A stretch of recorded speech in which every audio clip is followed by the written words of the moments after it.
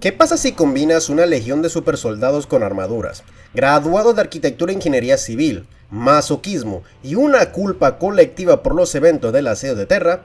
Entonces tendrás a la séptima legión, los Puños Imperiales. Una legión y posterior capítulo que se caracteriza por su valentía extrema, rondando lo suicida, y su favoritismo por las guerras de asedio de corte defensivo, pues pueden presumir, si es que lo hacen, de hacer las fortificaciones más inexpugnables del imperio. Sí, chucha, calzonzotes.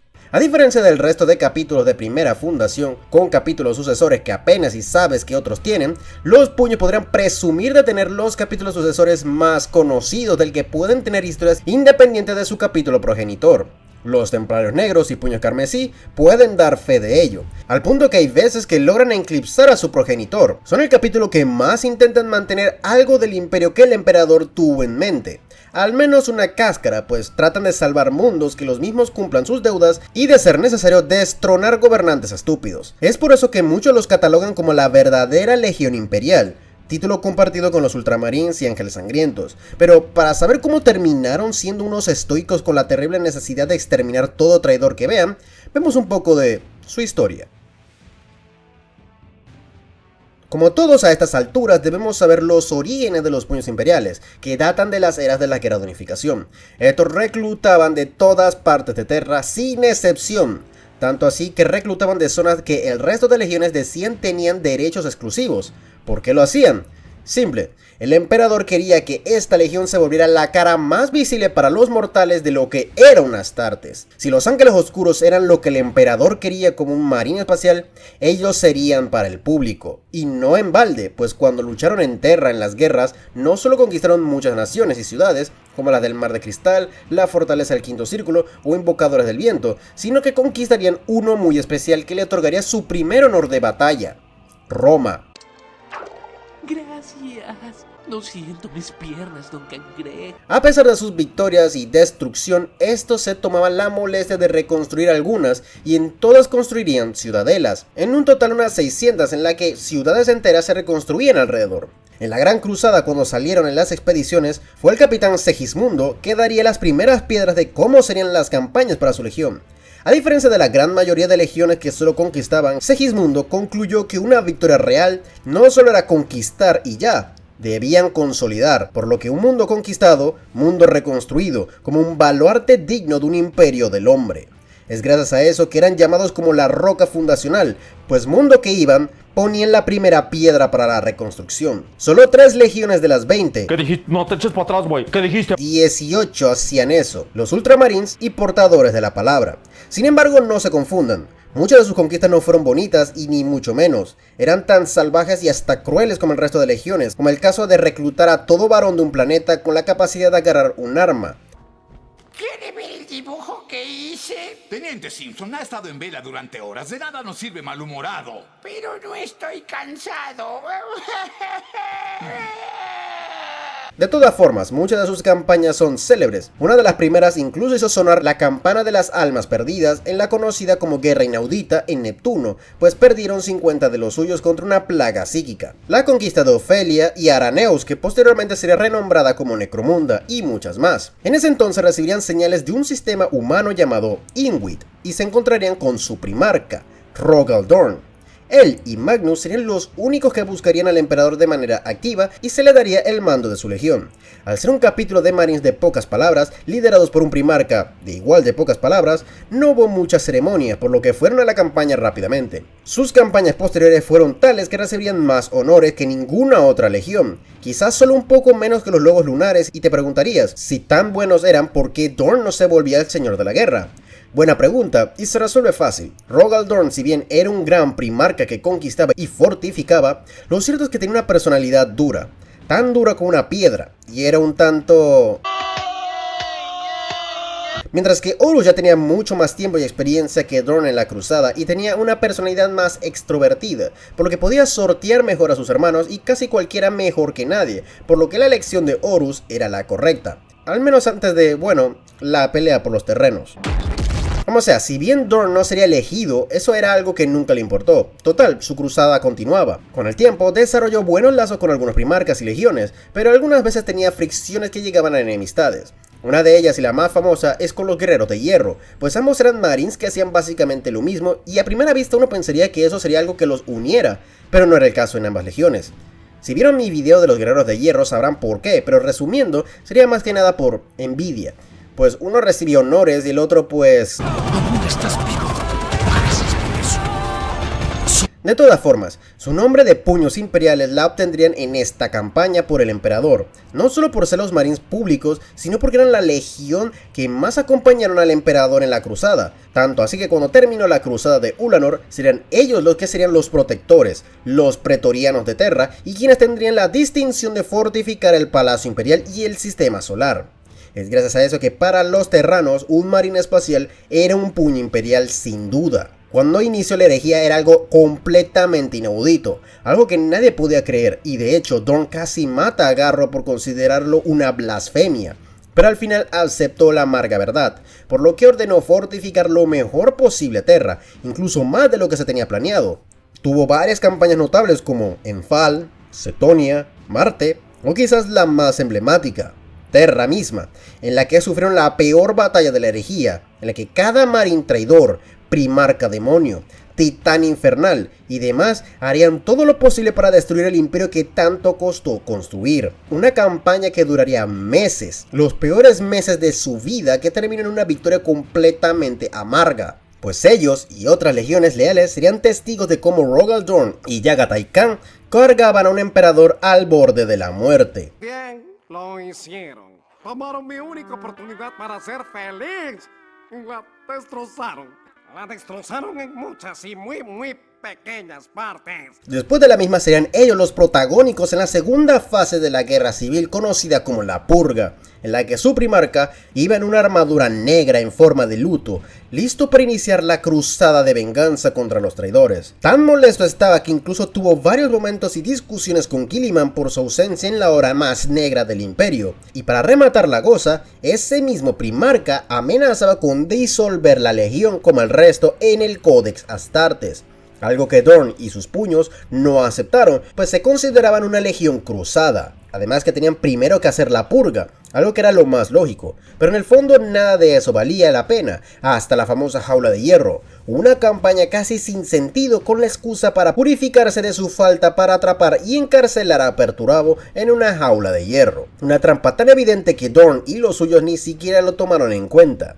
Al final, Dorn aceptaría el Códex de mala gana, pues se sentía destruido, el imperio fragmentado, muchos de sus hijos muertos para nada y muchos de sus hermanos también muertos o desaparecidos. Si bien no le gustaba, no iba a iniciar una guerra civil, y por eso lo aceptó. Así, dividiendo su legión en varios capítulos sucesores. Sin embargo, en caso de emergencia podría reunirlos otra vez si Terra estaba en peligro. El protocolo Último Muro, uno que se activó una única vez cuando la bestia invadió y exterminó el capítulo. What? Sí, los puños imperiales, los originales, se extinguieron. De no ser por el resto de capítulos sucesores que donaron parte de sus miembros, ya no existiría. Pero de todas formas, no serían lo mismo. No sería hasta la era Indomitus que recibirían refuerzos primaris de puños imperiales originales de la era de la Gran Cruzada. Desde entonces han tenido varias campañas notables desde la caída de Cadia, la batalla de Terra contra las legiones de Khorne, y gracias a eso recobrarían su título de defensores de Terra, y ahora luchan en la cruzada Indomitus nuevamente como antes. Para entender cómo estaba organizada debemos entender cómo estaban formadas las legiones Astartes antes del Codex Astartes. Estos estaban organizados en el modelo de la Principia Bellicosa o Patrón Terrano, un texto militar antiquísimo que se dice proviene de las épocas del antiguo Imperio Romano. Este sistema también sería el sucesor del Hexagramatón de las guerras de unificación. La misma hizo que los puños tuvieran una legión aproximada de 100.000 astartes, cada una compuesta de compañías flexibles con agrupaciones más grandes llamadas como cruzadas, cada uno con un castellán, maestro de asedios, mariscales y demás rangos. Al ser la legión defensora de Terra, a menudo era la perfecta elección para las donaciones de nuevos armamentos, a veces únicos o de armaduras que muchas veces otras legiones no tenían. También se caracterizaban por tener la flota Astartes más numerosa, superando y por mucho a la de sus hermanos, y con un total de 1500 naves de todos los tamaños y propósitos. Era durante esta época que tenía unidades como los Guardianes de la Falange. Como su nombre indica, eran infantería de ataque rápidos encargados de la protección de la gran estación de la Falange. Muchas veces olvidamos que los marines espaciales son marines, por lo que normalmente deberían estar más en naves, por lo que ellos son la interpretación más literal de lo que un marine espacial debe ser. Aunque ese era el problema, pues a diferencia de sus hermanos, no recibían muchos honores, aunque era algo que no les importaba. Para ellos servir era su máxima recompensa. Los hermanos templarios, no hace falta decir de quiénes provienen, ¿verdad? Eran la crema innata de los puños imperiales, creada por el mismo Dorn en los primeros días de su mando en la Legión para encarnar el espíritu cruzado. Eran literalmente la primera compañía de la Legión. Estos tenían el deber de proteger el templo de los juramentos, donde cada nuevo miembro hacía su juramento o renovaban sus antiguos votos. No cualquiera entraba y mucho menos lo lideraba. Normalmente el maestro de los templarios debía derrotar a 200 de sus compañeros uno a uno sin descanso, y al hacerlo recibía la espada reliquia Imperator Rex. Después de la herejía tendrían un lavado de cara muy drástico y doloroso en la que tuvieron que dividirse en varios capítulos, pero a pesar de eso no abandonaron sus doctrinas de guerra de asedio, guerras urbanas y la defensa, siendo los mejores de la primera forma, por lo que ningún otro capítulo puede ganarles en las guerras de defensa de fortalezas.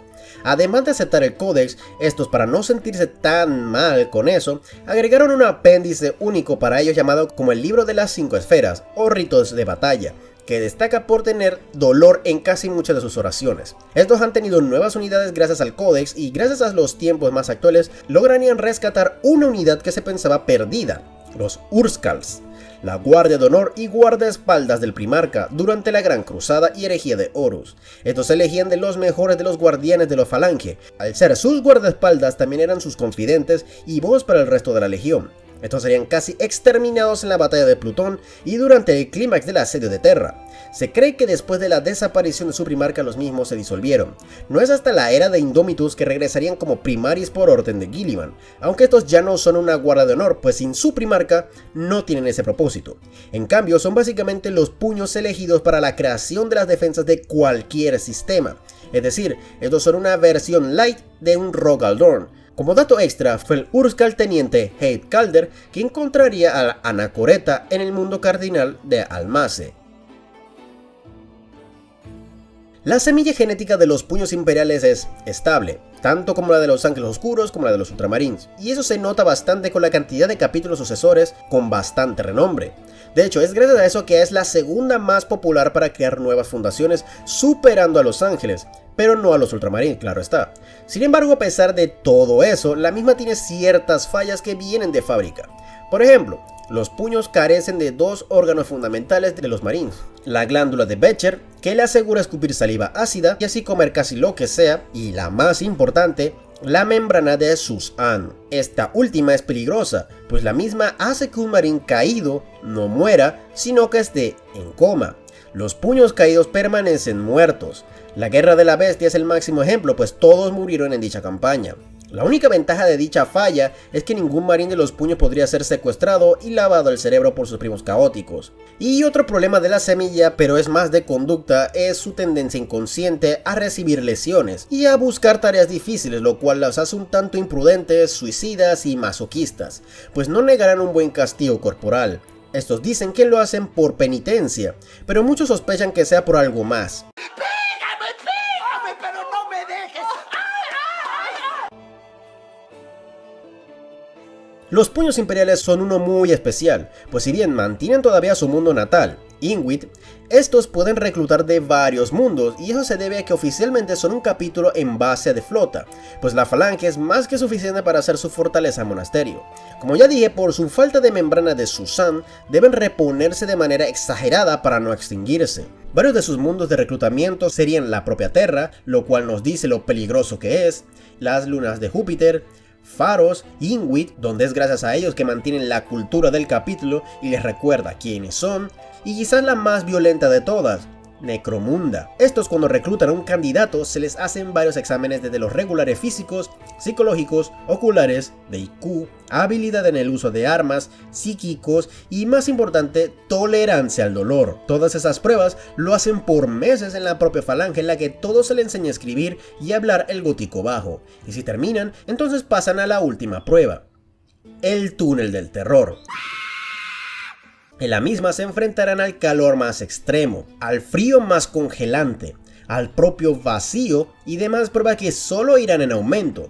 Si el aspirante aprueba todas estas pruebas, entonces comienza el adoctrinamiento y la implementación de los órganos. Con el tiempo, para celebrar que le dieron la homofagia, deben consumir carne de todo tipo, incluida humana, y deberán adivinar de qué animal es.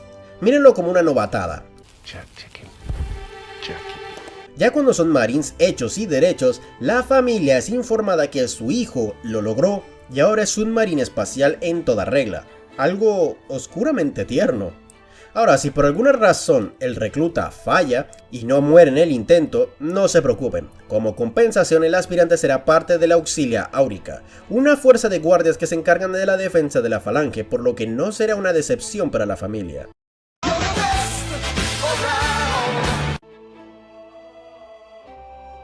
Uno pensaría que con tantos mundos de reclutamiento tendrían una gran diferencia cultural cada una, pero no es el caso con los puños. Verán, si prestaron atención a los videos anteriores, verán que muchas legiones tendrían sus orígenes en culturas reales de la Tierra.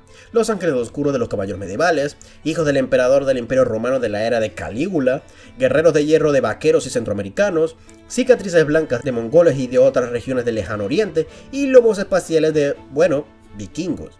Los puños no es la diferencia.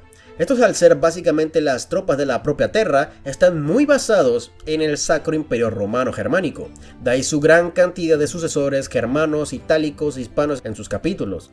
Eso hace que sean un capítulo muy meticuloso y muy atento a los detalles, tanto individual como colectivo. Estos fueron los que estandarizaron los duelos de honor como una forma de resolver disputas entre hermanos. También acostumbran la tradición del llamado scrimshaw, que es básicamente que los marines más distinguidos recibirían las manos huesudas de sus hermanos caídos. Esas manos estarán adornadas, talladas y diseñadas por ellos mismos como ellos quieran. Al parecer tienen el propósito de honrar a los caídos y desestresar al superviviente, manteniéndolo haciendo un pasatiempo. Otra cosa muy arraigada a su cultura es lo relacionado al dolor. Esto lo hacen con un dispositivo que llaman como guante del dolor. La misma es autoinfligida, o sea, es por decisión del propio marín y solo para oficiales superiores. Ahora, no es un guante per se, es más un traje que cubre el cuerpo y estimula las neuronas en la parte donde sientan el dolor. Así los puños reciben un dolor indescriptible sin daño real físico. Ahora, a primera vista parecería masoquismo, y ya, pero tiene su propósito, pues da un refuerzo positivo al marín, pues los ayuda a soportar dolor en el combate real y les da más voluntad a seguir, pues si resistieron eso, lo demás no será nada. Ahora viene el momento de que hablamos de los personajes más importantes pertenecientes a la Legión y posterior capítulo. En primera tenemos Rogal Dorn, el primarca de los puños imperiales, maestro de la falange, el pretoriano de Terra, o como yo le llamo, el tejano. ¿Por qué? No, it was a huge movie. It was the lead. Sirvió con lealtad al imperio desde que fue encontrado en su mundo natal toda la Gran Cruzada y fortificó lo mejor posible Terra durante la invasión de Horus. Fue punta de lanza en el contraataque de la Purga y desaparecería después de la primera Cruzada Negra, del que se cree murió. Lo único que quedó de él fue su mano esquelética que guardan en lo profundo de la falange, y cada nuevo maestro de capítulo escribe en su nombre en la misma. Segismund o Segismundo, el primer capitán de los puños imperiales, mariscal de los templarios y primer campeón del emperador, nacido en Terra y huérfano en los años finales de las guerras de unificación. Fue reclutado y originalmente iría para la 8ª legión, pero debido a sus aptitudes, la 7ª era la mejor. También se destaca porque si hubiera sabido lo que un Astarte debía pasar, lo hubiera rechazado de joven. Tan bueno era en la Gran Cruzada que muchos lo veían como la culmen que un marín debía ser en el arte de la espada. Se volvería el primer alto mariscal de los ahora templarios negros. moriría al final de la primera cruzada negra contra Abaddon, del cual este le sentía tanto respeto que no tocó nada de su cadáver. Incluso admitió que si él no hubiera envejecido tanto, seguro hubiera muerto, y de hecho en el combate Segismundo casi lo mata. Imagínenlo en su prime, Alexis Pollux, capitán de la compañía 405 de la cruzada. En la herejía casi vence a Perturaba en Fal, estuvo presente durante la batalla por el Pharos junto con Barabás de Antioch en Imperius Secundus, del cual desarrollaría una amistad improbable. Después de la herejía sería él que fundaría el capítulo de los Puños Carmesí, moriría 800 años después de la segunda fundación. Demetrius Catafalque fue un capitán de la legión durante la Gran Cruzada y en la herejía. Se destaca por ser bastante terco y testarudo al punto de dispararle un custode por estar en su camino. Se volvería el primer señor del capítulo de los Escoriadores. También se destaca de ser el masoquista máximo de la legión y posterior capítulo. Arcamus, maestro de los Urskals, guardaespaldas y el mayor confidente de Dorn, moriría en la batalla de Plutón contra Alfarius. Cambadías, sí, era hispano, moriría de pie manteniendo la línea en la Puerta del León. Crestos, segundo al mando de Armagus y tomaría su lugar cuando este murió, al punto que también adoptaría el nombre. Fafnir Ran, senescal del primer cuadro de asalto y capitán de la legión. A diferencia de muchos de sus hermanos, le gustaban más las peleas cuerpo a cuerpo e iba con 2 hachas cual lobo espacial o sabueso de guerra. Al terminar la herejía se mantuvo con los puños durante la segunda fundación. No es hasta la tercera que fundaría su propio capítulo, los Verdugos, siendo él el primer alto verdugo. Kurlan Slother, capitán y posterior maestro del capítulo de los Puños Imperiales, además de ser el último que quedaría vivo al principio del conflicto. Promulgaría el último muro para proteger Terra, se reencontraría con el primarca Vulcan, fundaría los Guardianes de la Muerte y moriría a manos de la bestia, marcando el fin de los Puños Imperiales originales. Maximus Tain, capitán de la compañía 22 de los Puños Imperiales durante la herejía, fundaría los Puños Ejemplares siendo su maestro de capítulo. Cuando Kurlan murió, tomaría su lugar disolviendo su capítulo y pidiendo marines donados de otros capítulos para reformar el capítulo original. Vería el fin de la Guerra de la Bestia y sería vital para el final de la decapitación contra el maestro de los asesinos Vangorish. Vladimir Puk, antiguo señor del capítulo de los puños que se quitó las papilas gustativas por perder casi 200 marines y porque el emperador tampoco puede saborear. Es un marín muy empático. Sin embargo, era un general único en la legión, se le ofreció el puesto de alto señor incluso y lo rechazó porque no se sentía digno.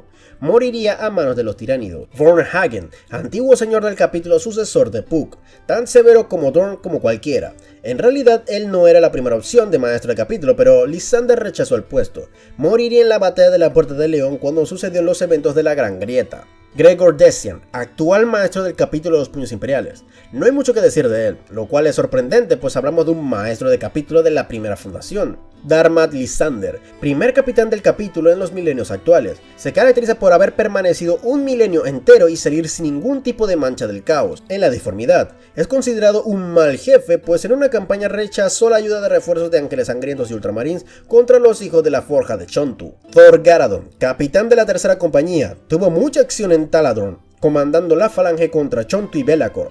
La comandó en Cadia. Fueron a Terra y ayudaron a sofocar las rebeliones y estuvo involucrado en el golpe de estado del que casi se dan golpes contra los Minotauros. Se ha hecho Primaris y es sorprendente que no lograra ser él el señor del capítulo. Heid Calder, uno de los primeros Urskals después de 10 milenios y liderizó la defensa del mundo cardenal de Almace, el que encontró a la Anacoreta.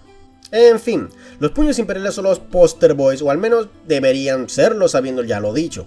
Son la legión y posterior capítulo que más intenta mantener el imperio y todo lo que representa, por lo que son los que más se preocupan que los mundos cumplan las reglas, y son muchas veces ellos que acabarían con todo gobierno que sea perjudicial al imperio. Son un capítulo peculiar, pues son a base de flota, a pesar de mantener su mundo original de reclutamiento, pero debido a su alta tasa de bajas, deben reclutar de varios del que se incluyen la propia Terra. Es gracias a eso que muchos lo llaman como los defensores de Terra, y desde la apertura de la Gran Grieta han logrado recuperar su antigua esencia perdida tantos milenios atrás. Con todo lo dicho, mi trabajo de informar ha terminado, pero ustedes acaba de iniciar. Por favor, dar like, compartir y suscripción, pues eso me ayuda mucho. Y sin más que decir, me despido.